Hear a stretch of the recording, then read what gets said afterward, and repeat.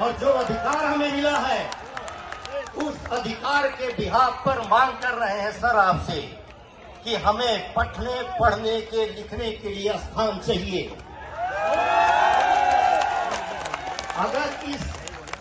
अगर इस देश में 2024 में आकर अगर हम किसी रेवोल्यूशन से आगे बढ़कर आईटी और चांद पर पहुंच रहे हैं और जमीन पर हमें पढ़ने पढ़ाने की जगह न मिले तो धिक्कार है।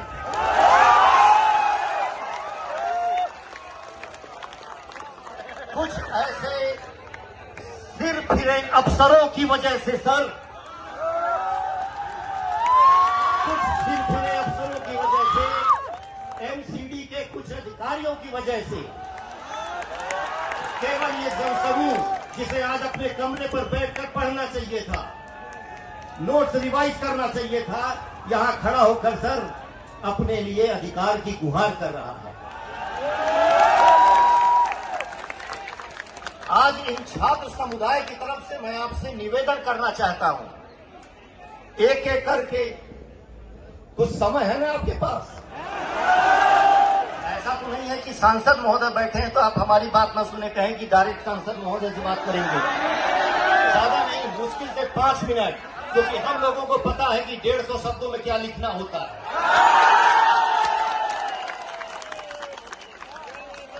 तो पहली चीज ये है कि जो भी कठिनाइयां हैं, पहली बार इस मुखर्जी नगर में किसी वोट के लिए कोई जनसभा नहीं हो रही है। अधिकारों की प्राप्ति के लिए और सीधा संवाद करने के लिए हमारे सांसद महोदय यहां मौजूद हैं। और सर आपसे इसलिए विशेष गुजारिश है, आपको याद भी नहीं होगा, आप इतने लोक कल्याणकारी कार्य करते रहते हैं। 2014 में, 2014 में जब आप उस समय पहला इलेक्शन यहां का जीते और इस क्षेत्र के अंतर्गत आप जनप्रतिनिधि बने सर, उसी समय में 2011 से चल रहा सीसैट की वजह से हमारे हिंदी भाषी क्षेत्र के लोगों के सिलेक्शन में बहुत बड़ी गिरावट आई थी। और उस समय इसी जगह पर, इसी मूर्ति के पास, यही मुखर्जी नगर मैदान, और यहां से लगभग 15,000 बच्चों का पैदल मार्च राजघाट से होते हुए रेसकोर्स तक गया था। हम उसके गवाह हैं और आपकी पुरानी पीढ़ी जो निकल चुकी है वो गवाह होगी। और उस समय नीलोत्पल मृणाल जी जो अब साहित्यकार हैं, युवा पुरस्कार प्राप्त हैं, डार्क हॉर्स लिखा, यहीं पर उन्होंने अनशन किया था। और सर आपने आकर आश्वासन ही नहीं दिया कि आपको हमारे रहते हुए अनशन करने की जरूरत नहीं है, बल्कि आपने उस समय के संदर्भ में राज्य मंत्री जितेंद्र प्रसाद जी कार्मिक मंत्रालय के, उनसे वार्तालाप करते हुए हम लोगों की बात को ऊंचे स्तर तक पहुंचाया और 2015 से सीसैट क्वालिफाई हो गया। तो उसी उम्मीद और आशा के साथ आज हम लोग यहाँ पर सर निवेदन कर रहे हैं आपसे कि जो बच्चों की समस्या है वो समस्या का समाधान करें। समस्या नंबर 1, पहली चीज, पढ़ने पढ़ाने के दौर में भय नहीं होना चाहिए, न तो जीवन का और न ही जो है सीलिंग का। सबसे शर्मनाक बात होती है, क्लास चल रही होती है और 2 अधिकारी 4 अधिकारी पुलिस और सोचिए जरा पैरामिलिट्री फोर्सेस के साथ कोचिंग के प्रीमाइसेस में आते हैं और तुरंत ऐसा लगता है कि हम कोई गलत कार्य कर रहे हैं, स्मगलिंग कर रहे हैं और तुरंत उसको सील करो। हम बताना चाहते हैं आपको कि अगर ये भय के अंतर्गत अगर क्लास चलनी होती तो मुखर्जी नगर कभी मुखर्जी नगर नहीं कहलाता, कि जाना जाता है सिलेक्शन के लिए। दूसरी बात तो सर, पहली बात ये, हमें भय मुक्त वातावरण चाहिए, न केवल क्लास के साथ बल्कि क्लास के अंदर और किसी विद्यार्थी के जीवन के साथ कोई खिलवाड़ ना हो सके, इसकी सुरक्षा प्रबंध होना चाहिए। ये हम सबका दायित्व है। दूसरी बात कि सर, इस पूरे क्षेत्र के अंतर्गत अगर कहा जाए कि बच्चों के रहने, पढ़ने, खाने की व्यवस्था तो है सब, लेकिन अनुकूल नहीं। तो सर आपसे निवेदन है कि एक लाइब्रेरी आप अपने फंड से बनवाइए।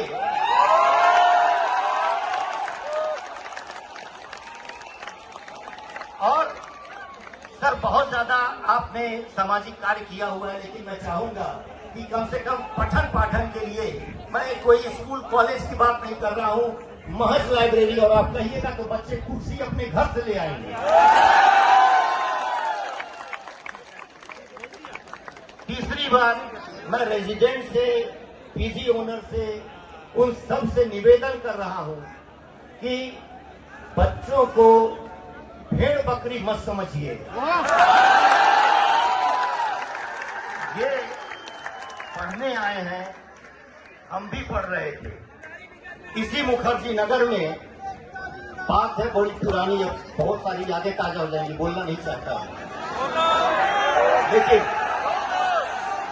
केवल एक चीज कि मुखर्जी नगर के अंतर्गत हमारे पीजी जो चल रहे हैं, वो दरअसल ओनर लोगों से मेरा निवेदन है कि अपने यहां पर भी वैसी व्यवस्था करें और एनडीपीएल से बोलें कि वे जो मीटर लगा है उसको बाहर करें। ये ओनर नहीं करेंगे खुद, लेकिन वो कंप्लेन जरूर करें। जो घटनाएं हुई हैं, आप सबको आश्चर्य होगा कि आप लोगों को ऐसा लगता है कि मानो कोचिंग सेंटर की गलती है। ये एजेंसीज पानी भर रहा गटर का, और अगर वो पानी गटर का भर रहा, एमसीडी ने नाले की सफाई नहीं की, दुर्घटना घट जाती है और ठीकरा फोड़ दिया जा रहा है। भवनों के अंतर्गत एनडीपीएल के तार वायर रखे हुए हैं, आपके ऊपर देखिए, नीचे देखिए, और जिस दिन कोई दुर्घटना होती है तो फिर क्या वहां के बैठे हुए नीचे वाले लोगों को ये कहा जाएगा कि ये तुम जिम्मेदार हो? जी नहीं। मैं सर निवेदन करना चाहता हूं कि एनडीपीएल को सर ये गाइडलाइन दिया जाए कि पूर्णतः जैसे सीडिंग इतनी तेजी से चला है एमसीडी वाले मिलकर, वैसे ही जरा जो है यहाँ पर एनडीपीएल लाइटिंग का, वायर का, वहां पर उसको छत पर ले जाए, और उसका जो भी एक्सपेंस होगा, जो होगा, वो अपने स्तर पर आप लोग देख सकते हैं, चाहे वो ओनर बियर करेगा चाहे एजेंसी बियर करेगा। तीसरी बात, कोचिंग इंस्टीट्यूट के लेवल पर भी ये चीज होनी चाहिए कि आखिर ये कोचिंग इंस्टीट्यूट के अंदर भी सरकार कुछ ऐसे रेगुलेशन ले आए कि कौन पढ़ा रहा है और कौन नहीं पढ़ा रहा है। पढ़ाने के नाम पर कर्मकांड न हो सके। तो ये भी मैं चाहूंगा सर कि इसको भी रेगुलेट करें। और सर ज्यादा समय नहीं लूंगा, एक बात और कहना चाहूंगा, और वो सिर्फ ये, सर मुखर्जी नगर को बचा लीजिए, मेरा करबद्ध निवेदन है। हम पूरे बच्चों की तरफ से सर मैं नमन कर रहा हूं, वंदना कर रहा हूं सर आपसे कि इसको बचा लीजिए। और अगर आप चाह लेंगे तो विजयदशमी का पर्व होता है, बुराई पर अच्छाई की विजय, और अगर कल विजयदशमी मने तो सर की जो घोषणा के साथ कि मुखर्जी नगर के वासी पढ़ने के लिए बात करें, न कि यहाँ पर बैठकर ये समस्या की चर्चा के लिए। और अंतिम बात आप लोगों को, आप सबको ये बताना चाह रहा हूं, पता नहीं आप लोग इस बात को लेकर कब अवेयर होंगे कि आपकी बात तब सुनी जाएगी जब आप यहाँ के बोनाफाइड वोटर होंगे। ऑनलाइन वोट बनवाइए, और आप इलेक्शन है फरवरी में यहाँ।